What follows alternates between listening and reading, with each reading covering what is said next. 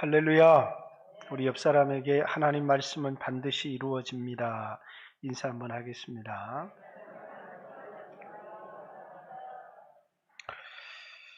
오늘 연상되는 단어 3개를 얘기해 볼 테니까 여러분들이 뭐가 공통점이 있는지 한번 알아맞혀 보세요. 말씀대로 첫 번째 단어입니다.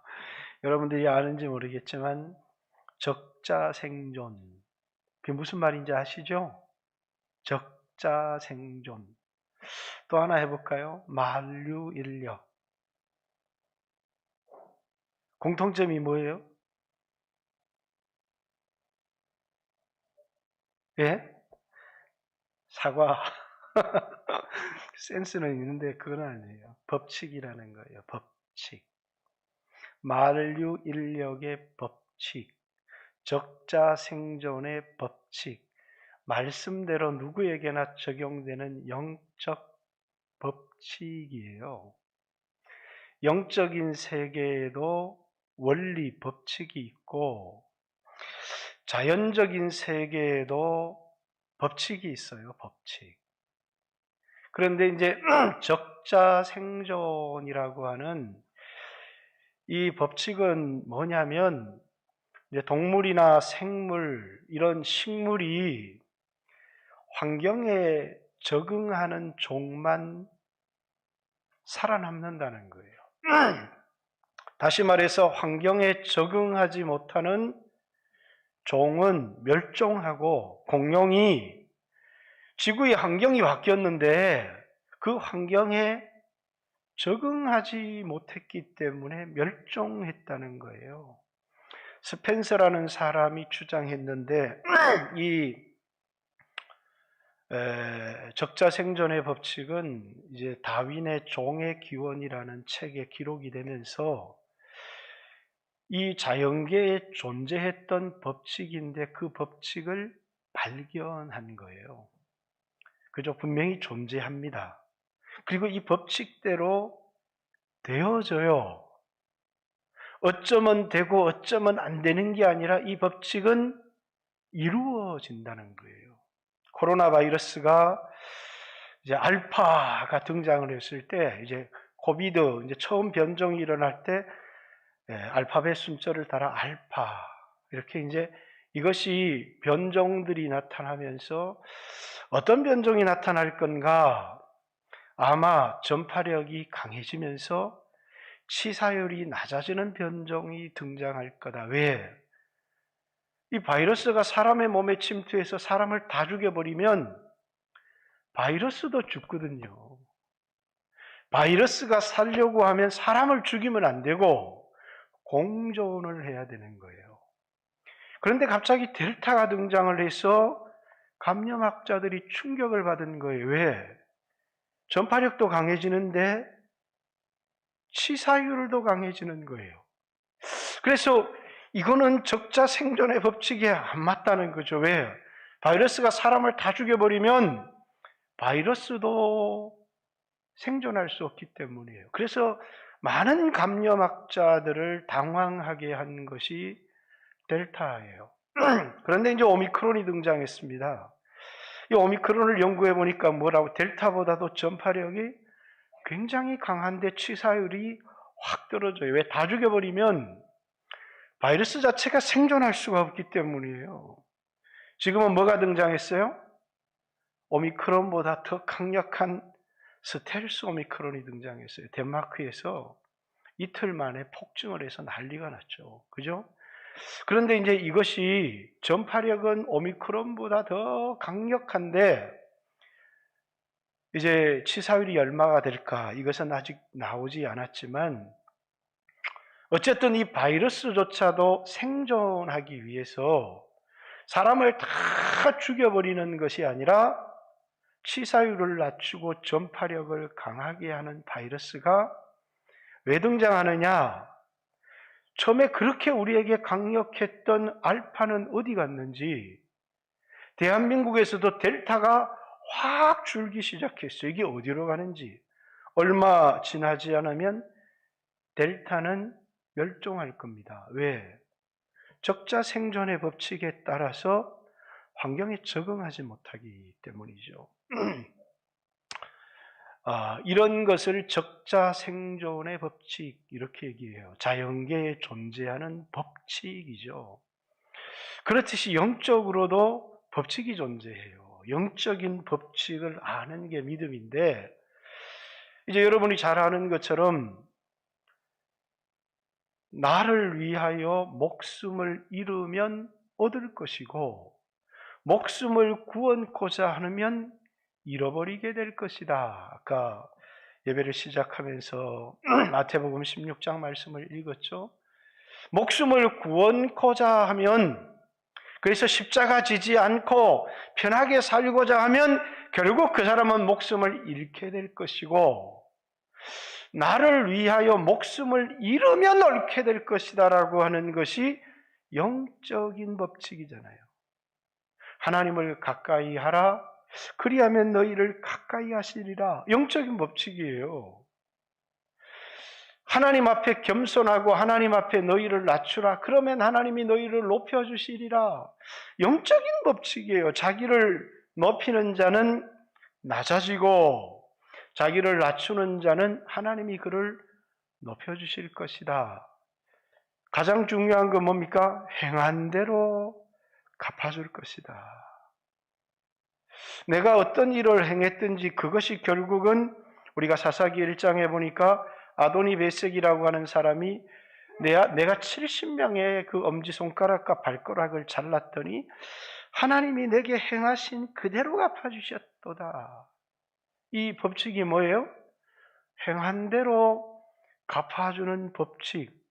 나는 다른 사람에게 해를 끼쳐도 다른 사람은 나한테 그렇게 하지 않을 거야 라고 하는 사람은 영적인 법칙을 이해하지를 못하는 거죠.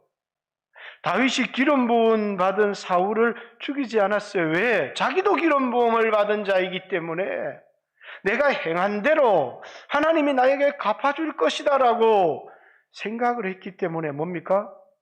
손을 대지 않는 거예요. 왜? 영적인 법칙을 이해하기 때문이죠. 우리가 잘 아는 것처럼 나와 및 복음을 위해서 형제나 자매나 집이나 전토를 벌인 자마다 여러 배, 또 다른 성경은 100배를 더하여 받되 고난을 겸하여 받고 죽어서 영생 얻지 못할 자가 더러 있느니라가 아니고 하나도 없느니라. 이 법칙에 뭐가 없다는 거예요? 예외가 하나도 없다는 거예요. 예외가 없다는 거예요. 심은 대로 거두게 될 것이다 라고 하는 이 법칙. 오늘 애플데이를 맞이해서 오늘 우리는 내가 과거에 뭘 심었고 지금은 뭘 거두었는지, 불길한 말씀이 나에게 임하였는지 선한 말씀이 나에게 임하였는지, 이 영적인 법칙이 나에게 어떻게 적용되었는지를 먼저 돌아보아야 된다는 사실이에요. 왜? 자연계에도 그 법칙이 존재했는데 그 법칙을 몰랐어요. 그런데 어느 날 다윈이라는 사람이 진화를 연구하다가 보니까 결국은 환경에 적응하는 종만 살아남더라. 그래서 이제 적자생존, 환경에 어떻게 적응할 건가. 여러분, 우리도 뭡니까? 어떤 사람이 살아남아요? 환경에 적응하는 사람이 살아난다는 것은 자연계의 중요한 법칙이에요.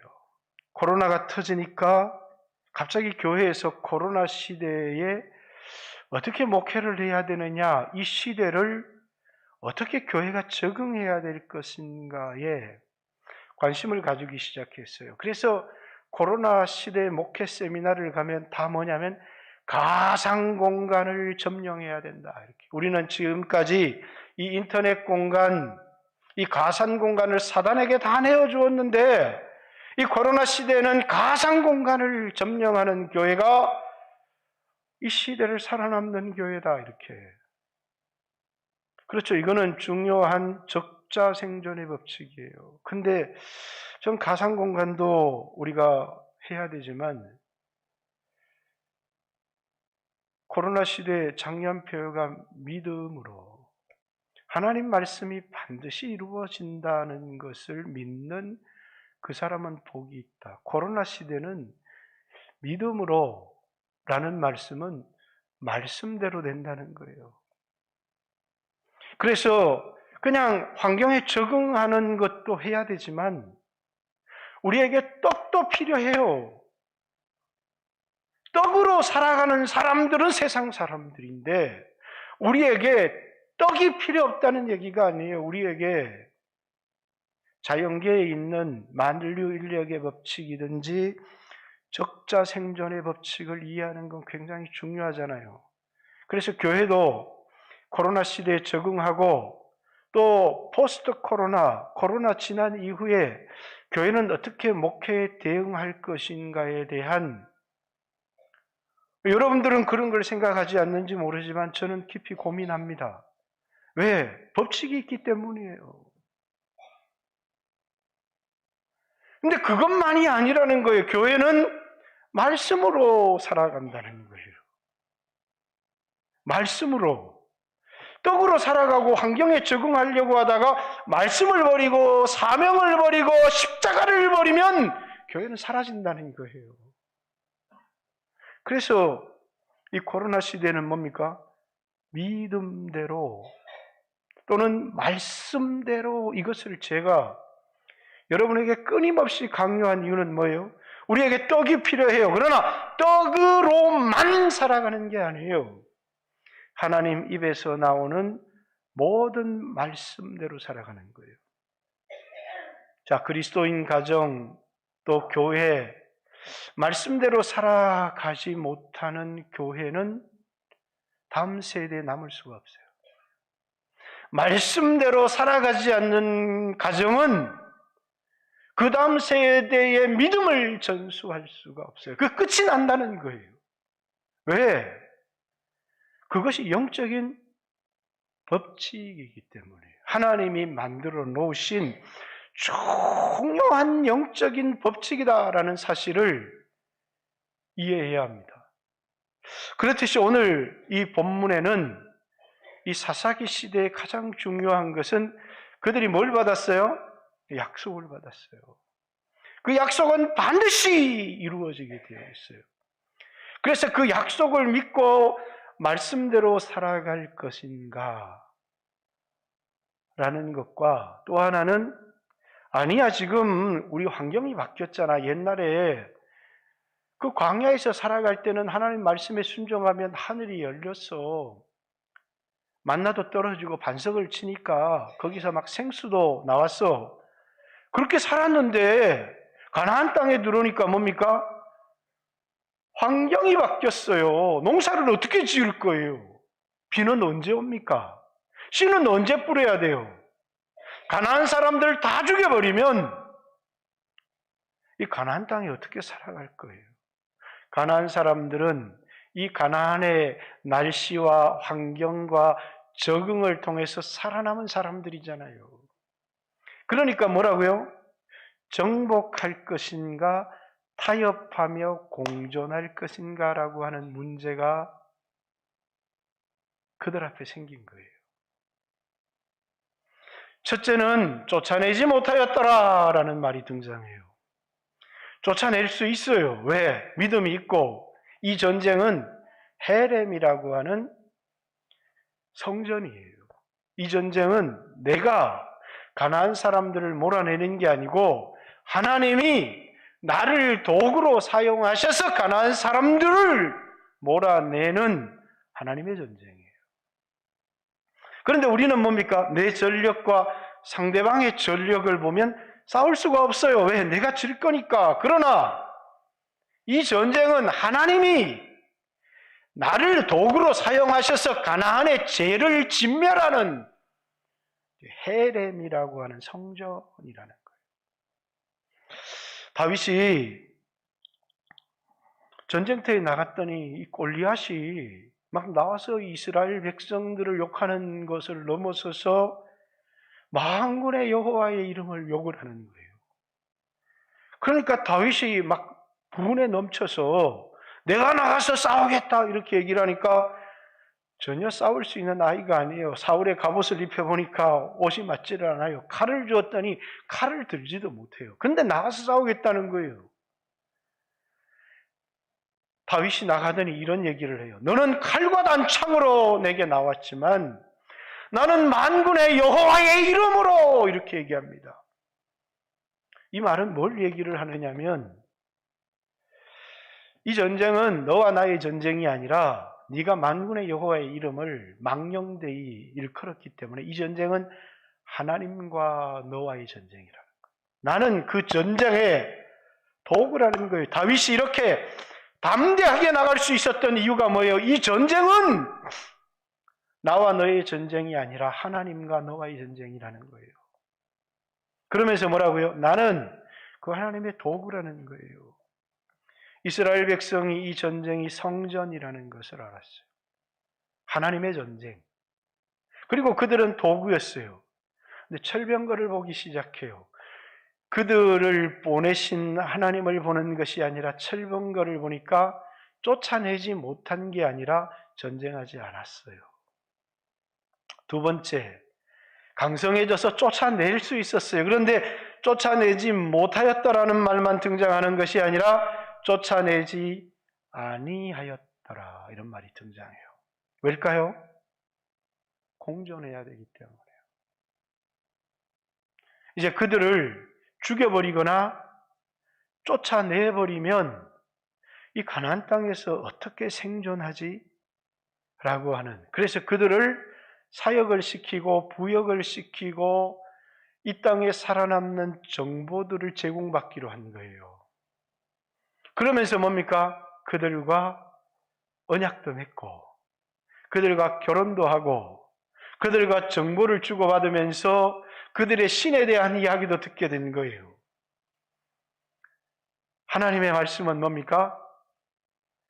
그렇게 하지 말고 우리가 이해할 수 없을 거라고 생각이 들지만 유아까지도 다 살해해버리라는 거예요. 그러니까 하나님의 이 전쟁은 헤렘인데 사실은 이제 너무너무 이 전쟁은 무서운 전쟁이에요. 왜? 죄에 대한 심판이기 때문에요. 여러분과 제가 어느 날 하나님 앞에 서게 되는 날이 있으면 죄의 문제를 해결하지 못한 사람은 하나님 앞에 그 죄에 대한 심판을 받게 될 거예요. 가나안은 하나님의 죄에 대한 심판 때문에 뭐냐면 유아까지 다 살해해버리고 동물까지도 다 살해해버리는, 그래서 현대판 용어로 인종청소라고 하는, 그래서 도올 김용덕이 같은 사람은 여호와 하나님을 사막의 깡패다 이렇게 말을 했는데 그 사람이 신학을 가르쳐요. 이건 죄에 대한 하나님의 심판을 우리에게 상징적으로 보여주는 거예요. 죄에 물들지 말고 가나안을 쓸어버리라는 거예요. 근데 이스라엘 백성은 두 가지 문제 앞에 부딪히게 되었어요. 하나는 말씀대로라고 하는 영적인 법칙에 순종할 건가, 또 하나는 적자생존이라고 하는 환경에 적응해야 살아남는다고 하는 자연 법칙에 순종할 것인가, 영적 법칙에 순종할 것인가. 이게 언제나 부딪히는 것은 아니지만 이 가나안 땅에 들어가는데 하나님의 말씀은 뭐라고요? 말씀대로 해라는 거예요. 그런데 가나안 땅에 들어가 보니까 여기는 광야가 아닙니다. 여기는 정보가 없이 살아갈 수 없는 곳이에요. 적응을 해야 되는데 그럼 어떻게 적응할 것인가?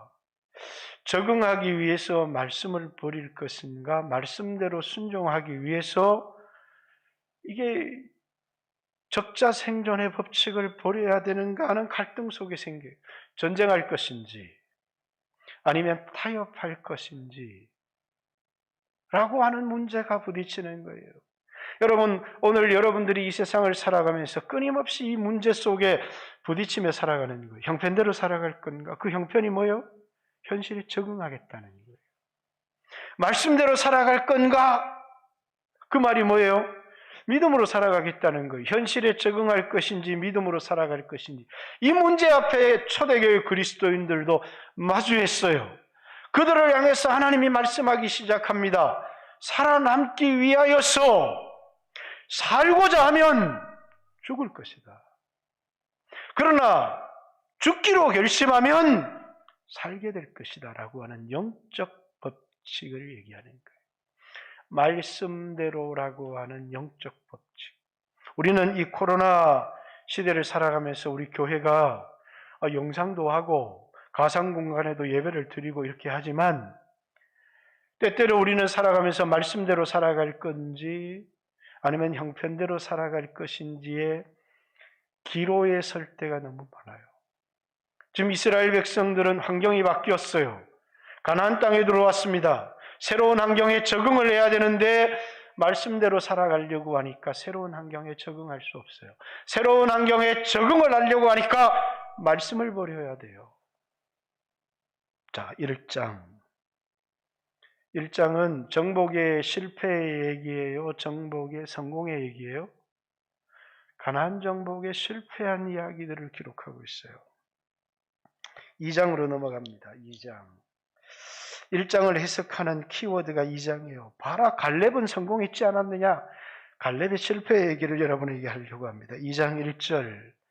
1장의 얘기를 결론을 내리는 거예요. 여호와의 사자가 길갈에서부터 복임으로 올라와 말하되 내가 너를 애굽에서 올라오게 하여 내가 너희 조상들에게 맹세한 땅으로 들어가게 하였으니. 자, 그들에게 준 약속, 그들에게 준 말씀대로 나는 그대로 성취했다는 거예요. 맹세한 대로, 말씀대로, 약속대로 나는 이루었다. 이렇게 얘기합니다. 또 내가 이르기를 내가 너희와 함께한 언약을 영원히 어기지 아니하리라. 앞에 한 맹세는 아브라함에게 한 언약이요 이삭에게 한 맹세요 야곱과 세운 율례입니다. 모세에게 나타나서 나는 아브라함의 하나님, 이삭의 하나님, 야곱의 하나님, 너희 조상들에게 가나안 땅을 주겠다고 약속하신 하나님, 그 약속대로 나는 이루었다는 거예요. 모세를 부릅니다. 언약을 세워요. 그게 신의 산 언약이라고 합니다.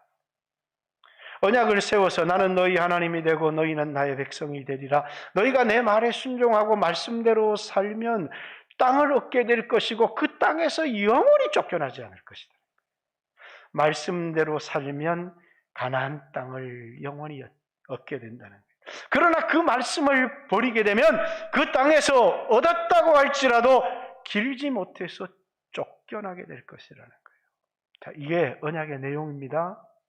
근데 이 언약을 그냥 출애굽 시내산에서 끝내는 게 아니라 언약을 다시 한번 상기시켜요. 언제 모세가 신명기라는 말은 두 번째 새로운 언약. 언약의 내용이 새로운 게 아니라 다시 한번 시내산에서 했던 그 언약을 가나안 땅을 정복하기 전 모압 평지에서 이 언약을 명심해라는 얘기입니다. 말씀대로 살면 가나안 땅은 너희 거. 그러나 말씀대로 살면 그 땅을 차지해도 얼마 가지 못해서 쫓겨나. 라고 하는 이 언약, 하나님의 영적 법칙을 다시 한번 그들에게 강조한 거예요. 이걸 언약의 갱신, 내용이 갱신된 게 아니에요. 그 언약을 새롭게 그들에게 상기시킨 거예요. 여호수아 24장의 여호수아는 죽기 전에 이스라엘 백성들을 다 불러놓습니다. 무슨 얘기를 합니까? 다시 이 이야기를 하는 겁니다. 말씀대로 살면 그 땅은 말씀대로 그 땅 백성들은 너희에게서 쫓겨나겠지만 너희가 말씀에 순종하지 아니하면 그 땅을 정복하지 못할 뿐만 아니라 정복해도 그 땅을 쉽게 잃어버리게 될 것이고 그 땅 백성들과 통혼하거나 그 땅 백성들과 언약을 맺거나 함께 공존하는 길을 택하게 되면 너희가 그 땅에서 속히 멸절하리라. 그게 뭐라고요? 여호수아가 이스라엘에게 가르쳐준 영적인 법칙이에요. 그럴 수도 있고 아닐 수도 있는 게 아니라 반드시 이루어지는, 하나님의 말씀은 반드시, 하나님은 내게 말씀하신 그대로 이루어진다는 거예요. 자, 갈렙이 땅을 점령하는 겁니다. 근데 이 갈렙의 얘기를 보면 성공한 것 같아요. 근데 아주 재미있는 얘기가 등장을 합니다. 여기 오늘 12절, 갈렙이 말하기를 기럇세벨을 쳐서 그것을 점령하는 자에게는 내 딸 악사를 아내로 주리라 하였더니 갈렙의 아우 그나스의 아들인 온니엘이 그것을 점령하였으므로 갈렙이 그 딸 악사를 그에게 아내로 주었더라. 뭐가 문제예요? 뭐가 문제예요? 아무도 이 문제를 느끼지를 못해요. 여기 심각한 문제가 들어있는 거예요. 무슨 문제가 들어있죠? 여러분, 원래 2022년 여러분이 5명 전도해오면 성지순례 시켜드리겠습니다. 10명 전도해온 사람들에게는 벤츠를 선물로 드리겠습니다. 문제가 있나요? 사람들에게 열심을 내게 합니다. 근데 그 열심에 대한 그 근원이 어디에서 나오느냐는 굉장히 중요한 거예요. 이방의 왕들이 자주 사용했던 방법은 뭡니까? 적을 쳐서 점령하면 너희는 내 부마가 될 거다. 갈렙이라고 하는 족장의 사위가 되고 그의 딸을 아내로 차지하는 기럇세벨이라고 하는 전략적 요충지를 앞두고 이 갈렙은 자신의 딸을 선물로 내걸어요. 누구든지 기럇세벨을 쳐서 점령하면 내 딸 악사를 줄 거고 내 사위가 될 거다. 이렇게. 전쟁을 하다 보면 지치잖아요. 그러면 사람들이 자꾸 열심을 잃어버리게 돼요. 교회도 10년, 20년 이렇게 하다 보니까 지치잖아요. 그죠? 지치는데 여러분에게 열심을 내게 해야 돼요. 여러분 전도하게 되면 하나님이 여러분에게 부자가 되게 하고 여러분 자식을 서울대학교에 붙여줄 겁니다. 사람들이 그걸 믿으면 열심히 하겠어요? 열심히 안 하겠어요? 열심히 할 거예요. 근데 그 열심이 하나님의 열심이 아니라는 데 문제가 있다는 거예요. 바울은 열심히 있었어요. 예수님 만나기 전에. 내 동족보다 율법의 특심에서 열심히 있었다는 거예요. 근데 그 열심은 자기 열심이었어요. 자기 열심. 그 열심은 뭐냐면 내가 잘되고 내가 성공하고자 하는 그런 열심이었어요. 그래서 많은 교회들이 사람들에게 열심을 내게 하기 위해서 사람들에게 선물을 주겠다고 하고 보상을 주겠다고 해요. 우리의 열심은 어디서 나와야 되죠? 돈에서 나와야 되나요? 보상에서 나와야 되나요? 나답과 아비후가 다른 불로 제단에 불을 붙였는데 하나님의 진노가 나답과 아비후를 불살라버렸어요. 왜? 그 열심은 하나님이 기뻐하는 열심이 아니었기 때문이에요. 불은 어디에서 붙여야 되느냐? 제단에서. 예수 그리스도의 십자가의 죽음, 그 사랑. 오늘 나의 삶의 열정, 삶의 이유, 그것이 어디에서부터 와야 되는 거냐면 나를 향한 하나님의 사랑과 십자가의 은혜에서부터 하나님을 향한 열심이 불타올라야 돼. 그래서 하나님께 열심을 낼 때 우리에게 뭡니까? 보너스로 주어지는 것들이 있을 수 있어요. 경제적인 번영도 주어질 수 있고 삶의 안정도 주어질 수 있지만 그것이 목적이 되어서 열심을 내기 시작하는 거예요. 갈렙이 사용했던 전형적 방식은 이방인의 왕들이 사용했던 가나안 문화의 특징이에요. 오늘 교회가 부흥의 방법을, 세상의 방법을 너무 많이 따라가고 있다는 거예요. 그러면 그 사람이 상을 얻을 수 있을까요? 하나님이 기뻐하시나요? 하나님은 자기 열심을 기뻐하지 않아요. 바울은 이 자신을 너무나 잘 알았어요. 그래서 내가 하나님의 열심으로 열심을 낸다 이렇게 얘기를 합니다. 그 하나님의 열심, 하나님의 약속에서 나오는 열심이에요. 약속을 믿기 때문에. 십자가의 은혜에서 나오는 열심이에요. 그래서 우리는 세상 사랑 때문에 내는 열심, 세상의 성공 때문에 내가 이렇게 열심히 전도하고 내가 열심히 이렇게 주의 일을 하면 하나님이 내가 세상에서 잘 되게 해준다고 했어. 그렇게 열심을 냈어요. 그 열심은 무너질 뿐만 아니라 하나님 앞에 복을 받을 수가 없어요. 하나님이 기뻐하시는 열심이 전혀 아니기 때문에. 그런데 교회는 이렇게 사람들의 마음에 불을 붙여요. 성령의 불이 우리에게 임하여서 하나님을 향한 열심히 불타올라야 되는데, 뜨거운 주님의 사랑이 불타올라야 되는데, 물질에 대한 욕심 때문에, 세상에 대한 사랑 때문에, 그것에 대한 성공 때문에 신앙생활을 하고 열심히 낸다고 생각해요. 그건 세상 사랑이지. 갈렙은 뒤에 온니엘은 첫 번째 사사로서의 역할을 감당하는 내용의 얘기가 나오지만 우리는 이 이야기를 읽으면서 역시 갈렙이야 이렇게 생각할지 몰라요. 그러나 그런 해석들은 전부 잘못된 해석. 2장 1절에 가면 1장은 성공의 얘기를 기록한 게 아니에요. 가나안 문화와 물들어가는 이야기를 기록하고 있는 것이고, 그래서 열심을 내기 위해서 아내를 걸었던 사람, 또 요셉 지파는 뭡니까? 루스라고 하는, 또 베델이라고 하는 이 성을 점령하면서 그 땅 백성하고 약속하지 마. 그런데 그 땅 백성 그 비밀 통로로 나오는 사람을 붙들어서 너는 살려줄게 이렇게. 근데 이 사람이 뭐였냐면 그 루스 땅의 머리였어요. 머리, 뱀의 머리.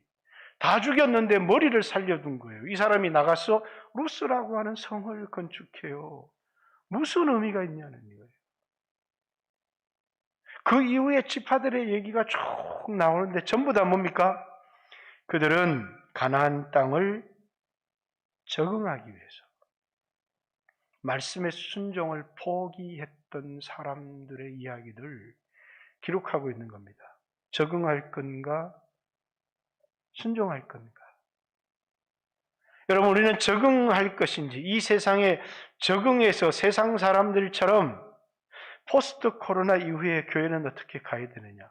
우리는 새로운 환경에 교회는 적응할 거예요. 그러나 아무리 그 적응이 탁월하다고 해도 우리는 하나님의 약속, 말씀을 의지하는 것을 우리는 버리지 않을 거예요. 그래서 저는 계속해서 뭡니까? 말씀대로 하자. 성경대로 하자. 믿음으로 하자. 환경이 달라졌다고 그리스도인의 삶의 원리가 달라지지 않아요.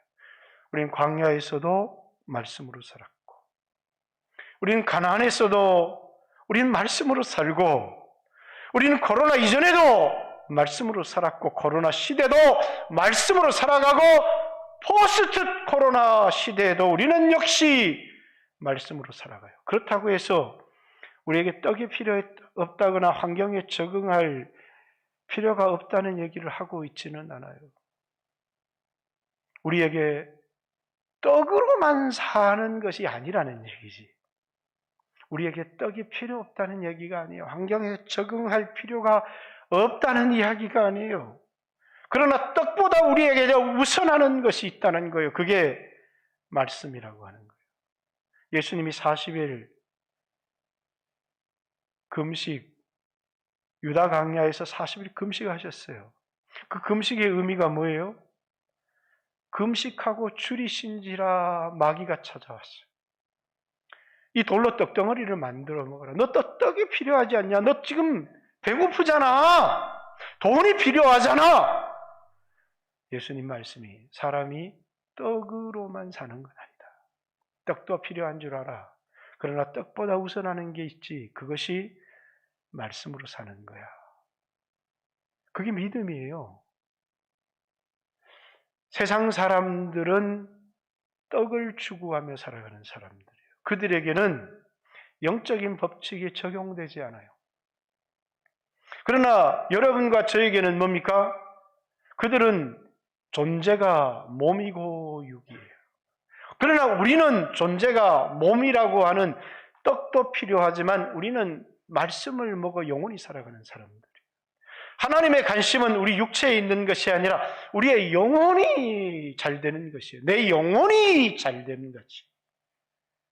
내 범사에도 잘 되고 내 몸도 강건하기를 원하는 것이지 첫 번째가 영혼이라는 거예요. 말씀대로 살아가는 거예요.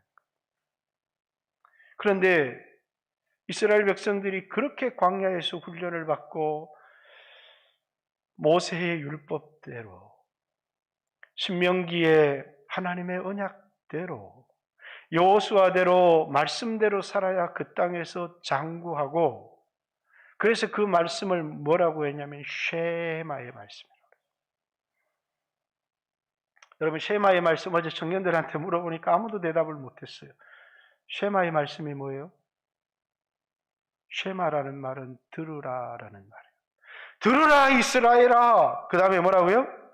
너희 하나님 여호와는 아니 우리 하나님 여호와는 유일하신 여호와시니 마음을 다해 뜻을 다해 힘을 다해 주 너희 하나님을 사랑하라. 이 말씀을 이스라엘 백성들은 쉐마라고 해요. 쉐마의 말씀은 하나님이 유일하신 여호와다. 하나님 외에 신이 없다는 거예요. 이 세상에서 지금 우리가 핍박받는 중요한 이유가 있어요. 다원주의를 인정하면, 불교에도 구원이 있다고 인정하면, 종교 간의 대화를 인정하면 우리는 아무것도 핍박을 받을 일이 없죠. 그러나 우리는 인정할 수가 없어요. 우리는 말씀대로 살아야 되기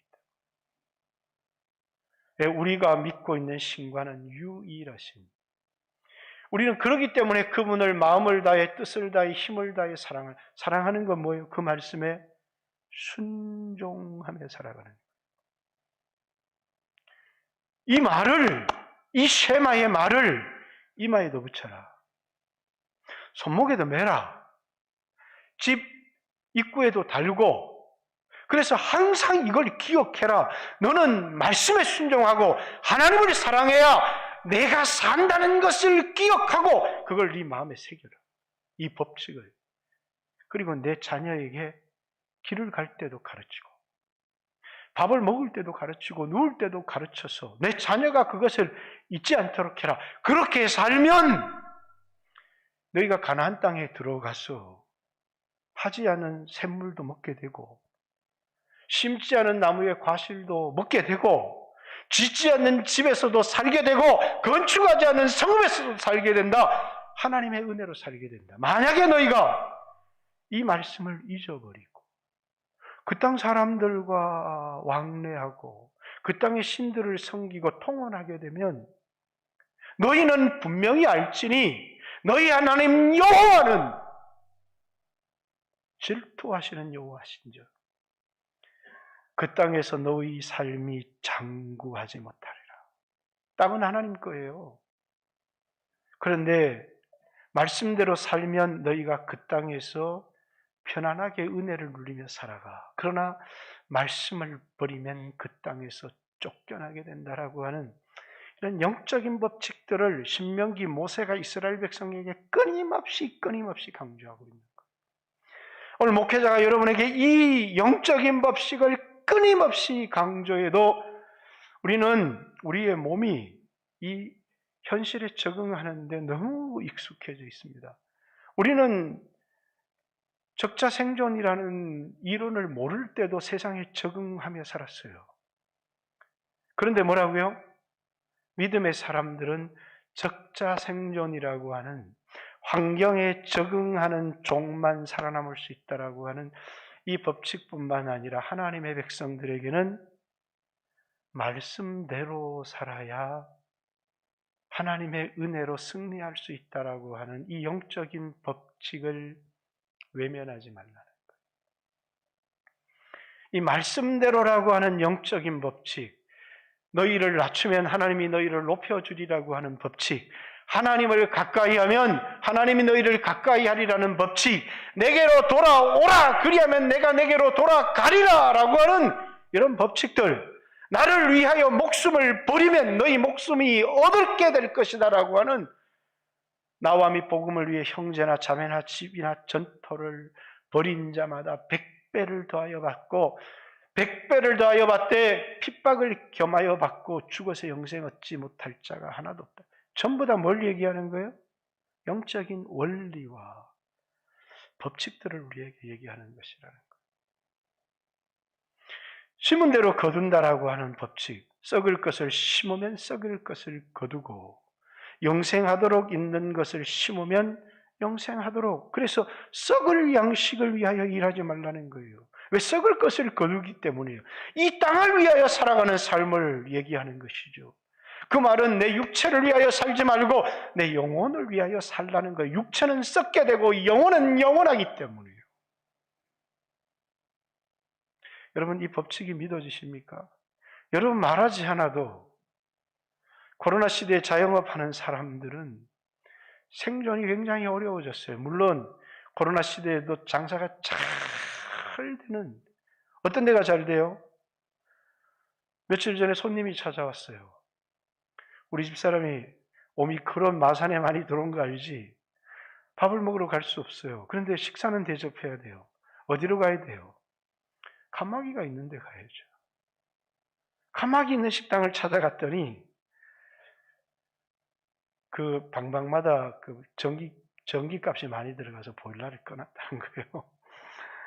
아줌마, 이 칸막이 방이 이제는 유행입니다. 이걸 살려야, 우리는 방방마다 칸막이 다 이렇게 별도로 되어 있어요. 그럼 사람들이 다 올 텐데 왜? 내실이 있고 자기들만의 공간이 있는 식당은 돈이 비싸도 가요. 저는 코로나 시대에 음식 맛을 보고 식당을 간 적이 없어요. 그죠? 항상 저 덕동에 가면 작은 부엌이라고 조그마한 식당이 있어요. 테이블이 4개 있어요. 가장 작은 식당이에요. 항상 거기를 가죠. 왜? 사람이 적게 오기 때문에. 음식 맛이 좋아서 가는 게 아니잖아요. 그러면 그것을 생각할 때 뭘 생각하는? 아, 코로나 시대는 맛보다는 안전이구나. 사람이 안전을 맛보다 우선으로 한다는 사실을 아는 사람은 순식간에 누가 어떤 손님이 오든지 간에 우리 식당은 안전합니다. 왜? 안전이 맛보다 중요하니까. 그게 뭡니까? 코로나 시대의 생존의 법칙이잖아요. 너무나 잘 알아요. 어떤 사람은 그걸 알지 못하고 아유 괜찮아요. 그냥 앉아요. 그 식당은 다시 가지 않습니다. 그것이 뭐라고요? 생존할 수 있는 방법이잖아요. 우리는 너무나 잘 알아요. 그런데 영적인 법칙을 잊고 살아가요. 자, 하나만 더 얘기하겠습니다. 이 하나님의 말씀 앞에 우리는 뭡니까? 적당하면 안 돼요. 단호해야 돼요. 단호하다는 얘기는 이런 겁니다. 가난한 사람들을 죽여버리거나 반드시 쫓아내겠다. 단호해요. 그러면 가난한 사람들은 쫓겨가거나 아니면 죽임을 당해야 돼요. 이스라엘 백성들의 의지가 단호하기 때문에요. 나갈래, 죽을래. 근데 이스라엘 백성들이, 가나안 백성들이 이스라엘 백성들을 가만히 보니까 단호하지 않아요. 가나안 땅에 머물기로 결심하였더라 이렇게 얘기하는 거예요. 왜? 틈을 보여준 거예요. 틈을. 그러니까 뭡니까? 아, 여기 버티면 안 죽이고 안 쫓아내는구나 이런 거 아는 거예요. 단호하면, 아주 단호하면 나가든지 죽든지를 결정하죠. 저는 우리 아이들에게 너 꼭 믿음의 사람이랑 결혼해야 돼? 가르치지 않습니다. 왜 안 가르쳐요?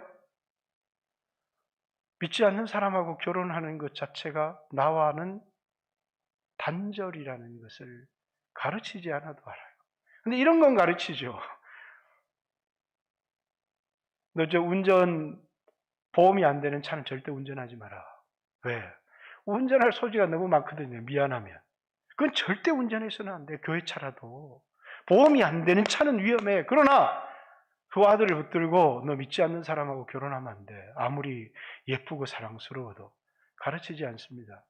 아마 결단하겠죠. 믿지 않는 사람하고 결혼하면 우리 집에 들어올 수 없다는 사실을 알 겁니다. 너무나 분명하게. 왜? 단호하다는 사실을 알기 때문에. 단호하면 둘 중에 하나를 포기하겠죠. 결혼을 너무 사랑해서 아내랑 결혼을 하든지 부모를 포기하든지. 단호하지 않아요. 어물쩡해요. 그럼 우리는 어떻게 합니까? 다 타협하려고 해요. 여러분, 가나안 문화, 세상 문화, 하나님 말씀에 대하여 단호하십시오. 그럼 거기 틈이 없어요. 잃어버릴 수 있지만 단호해야 합니다. 그것이 나를 지키는 길이고 교회를 지키는 길이고 우리의 자녀들을 지키는 길이라는 사실을 잊어서는 안 돼요. 왜? 그들이 가나안 족속들이 그 땅에 살기로 뭐 했다고요? 결심하였더라. 이렇게 얘기해요. 왜 결심했어요? 이스라엘 백성이 단호하지 않기 때문에. 틈을 보여줬기 때문이에요. 나갈래 죽을래? 그러면 그들은 나갑니다. 쫓아낼 수 있었다는 거예요. 그런데 그 땅에 살기로 그들이 굳게 결심한 거예요. 왜? 단호하지 않았기 때문에. 사랑하는 성도 여러분, 오늘 우리의 신앙을 지켜가는데 너무너무 중요한 게 있어요. 이 영적인 법칙들을 이해하는 것입니다. 그리고 오늘 이 사과, 애플을 낸 이유가 있어요. 우리는 적자 생존의 법칙에 너무 익숙하며 살아가면서 이래서요, 어쩔 수 없었어요. 그러면서 뭘 거부해버리는 거예요? 이 말씀대로 된다는 영적인 법칙을 거부해버린 거예요. 여러분, 적자 생존의 법칙, 말씀대로의 법칙, 이 법칙이 우리 앞에 있습니다. 우리는 말씀대로 살아가면 적자 생존의 법칙을 극복하며 살아갈 수 있어요. 그러나 적자 생존의 법칙에 적응하며 살아가면 우리는 부끄러움을 당하고 수치를 당하고 멸망할 수밖에 없어요. 우리에게는 먹을 것, 마실 것, 입을 것이 필요해요. 먼저가 있어요. 먼저 그의 나라와 그의 의를 구하라. 그리하면 이 모든 것 너희에게 더하여 주시리라.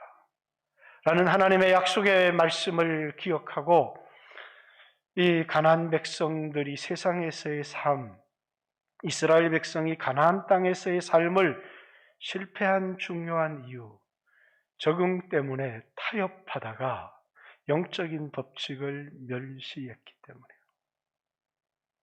여러분, 타협할 수도 있고 적응할 수도 있어요. 그러나 하나님의 말씀, 영적인 법칙을 외면하면 이 법칙은 반드시 그대로 돼요. 하나님의 말씀은 반드시 이루어지고 내게 말씀하신 그대로 된다는 사실을 기억하고 이 영적인 법칙을 여러분의 삶에 믿고 확신하고 적응하며 살아가는 귀한 성도들 되시기를 주님의 이름으로 축복합니다. 같이 한번 주여 하신 후에 오늘 회개했던 말씀, 주여 지금까지 내가 잘못 살았던 것은 주님이 다 담당해 주십시오. 이제는 말씀대로 살겠습니다. 나에게 은혜를 베풀어 주세요. 새로운 삶의 기회를 주세요. 하나님 앞에 한번 기도했으면 좋겠습니다. 기도드리겠습니다. 주여